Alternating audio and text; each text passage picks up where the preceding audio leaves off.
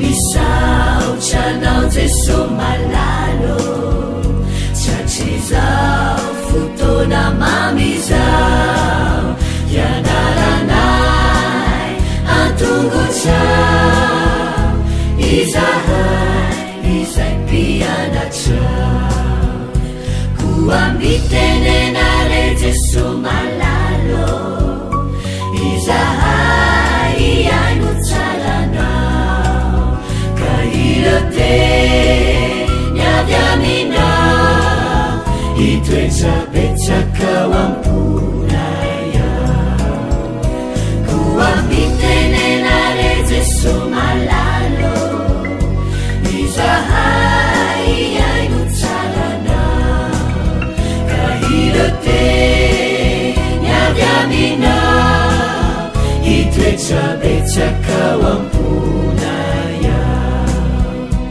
irate niavy aminao itoetrabetsakao amponaya.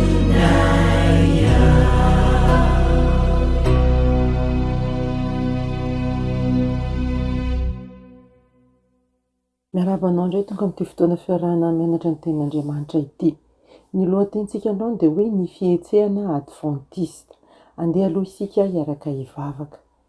Andriamanitra iray ny tsara sy masina indrindra ny an-danitro, mankasitraka ny fitantananao sy ny fiarovanao, mankasitraka fa natao amin'ny fanahinao izay ihaino teninao indray.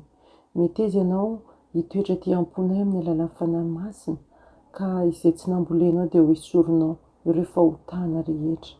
Ary fananao masina kosa mpitoetra ny teny tsara sy ny havatra tianao resinay amin'izao fiarah-mianatra izao. Dia mitenena Jehova ho fa mihaino ny mpanomponao amin'ny anaran'i Jesosy. Amen. Ny fihetsehana adventiste.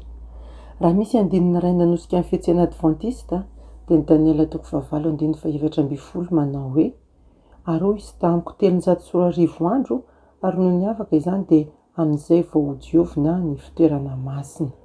Nahatonga ny adventiste hatakatra lalina kokoa ny momba ny andro fanavotana io andinina io, satria nanondro mazava ny Levitikosy 20:30. Nampianarina ny kristianina nandritra ny taona maro fa ny tany no fitoerana masina ary hodiovina amin'ny afo ny tany amin'ny fiavian'i Jesosy. Araka izany finoana izany dia no heverina fa manondro ny fiavian'i Jesosy fandrony sy fataperan'izao tontolo izao ny Daniela 9:12. Ny ananjaka izany hevitra izany rehefa nanomboka nitory i William Miller fa tamin'ny taona 1790 no nitranga izany rehetra izany. Toa tsy azo ny adian-kevitra ny profera baiboly nomeny tao amin'ny Daniela 7:5-7 ka naseho fa nanomboka ny taona 750 talohan'i Kristy ny 304 andro. Rehefa nandidy ny anavaozana sy anamboarana ny Jerosalema i Artaxerxes. Nasehony tamin'izany fa ny andro iray ara-paminaniana dia midika taona iray ara-baky teny. Rehefa tsy tonga tamin'io taona voatondro io Jesosy dia maro no nandao ny finoany na nandamy faminaniany Daniela manontolo mihitsy. Soa ihany fa nisy vondron'olona izay nikambana ho fiangonana adventiste amin'ny tandrina ny andro fafito teo aoriana nahita fa nanondro io daty io marina tokoa ny baiboly fa teo amin'ny tranga iseho ny vatosoana. Nanondro ny taona 720 taoriana Kristy ny 720 herinandro 320 taona nanomboka tamin'ny taona 750 talohan'i Kristy, izay nanosorana ny fanahy masina ny Mesia sy nanaovana batisa azy. Ny 70 herinandro sy 700 taona nanomboka tamin'ny taona 750 talohan'i Kristy dia nanondro herinandro ara-paminaniana izay nisy ny fahafatesan'ny Mesia tamin'ny taona 130 taoriana Kristy teo afovoany, ary mifarana tamin'ny taona 230 taoriana Kristy izany, izay nanondro ny faratampon'ny fandavan'ny firenena jiosy an'i Kristy sy ny mpianany. Inona izany ny tena nitranga tamin'ny 720 tsy nila ny andry ela izy ireo. Voalohany hitany fa tsy mbola nantsony ny baiboly hoe fitoerana masina velively ny tany. Manaraka izany fantany fa tsy mitombina raha ilay fitoerana masin'ny testamenta taloha tao Jerosalema no resana satria tamin'ny taona 720 nitranga noho iseho. Rehefa nandinika ny boky ny Hebreo sy ny Apokalipsy mifandray amin'ny Daniel izy ireo dia nampahitany fanahy masina fa misy fitoerana masina any an-danitra. Ka ny ao amin'ny Levity kosa dia fitoerana masina kely natao mitovy endrika amin'ny modely lehibe io. Nanjary toko manan-danja goavana ho an'ny Adventiste ny Levity kosa toko 412. Rehefa mandinika io toko io ny mpianatra ny faminanian'ny Baiboly dia mahita topo maso momba ny asan'i Jesosy ao amin'ny fitoerana masina any an-danitra izay nanomboka tamin'ny 720. Izay indray ny lesonantsika androany izay naneho ara-tantara ny fiandohan'ny hetsika Adventiste sy indrindra nanazava koa an'ilay Levitikosy toko 412 mahakasika ny fanadiovana ny fitoerana masina io.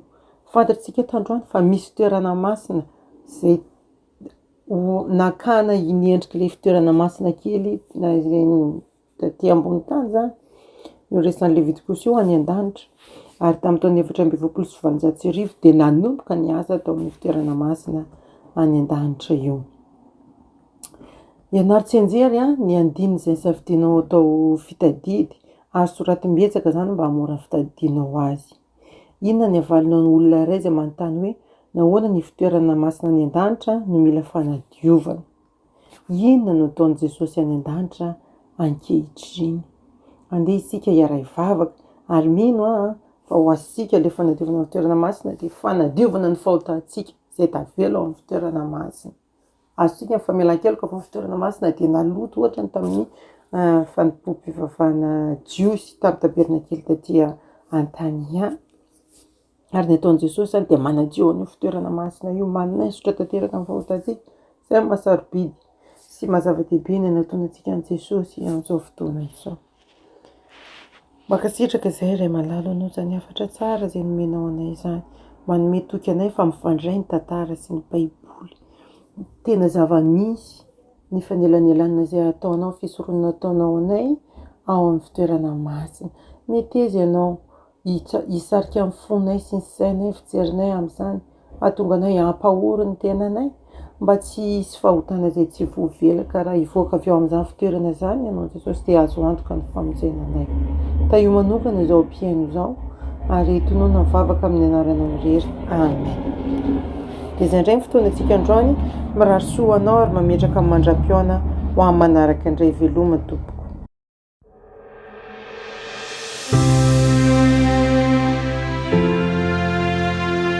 Mianatra eo an-tongotra Jesosy isan'andro.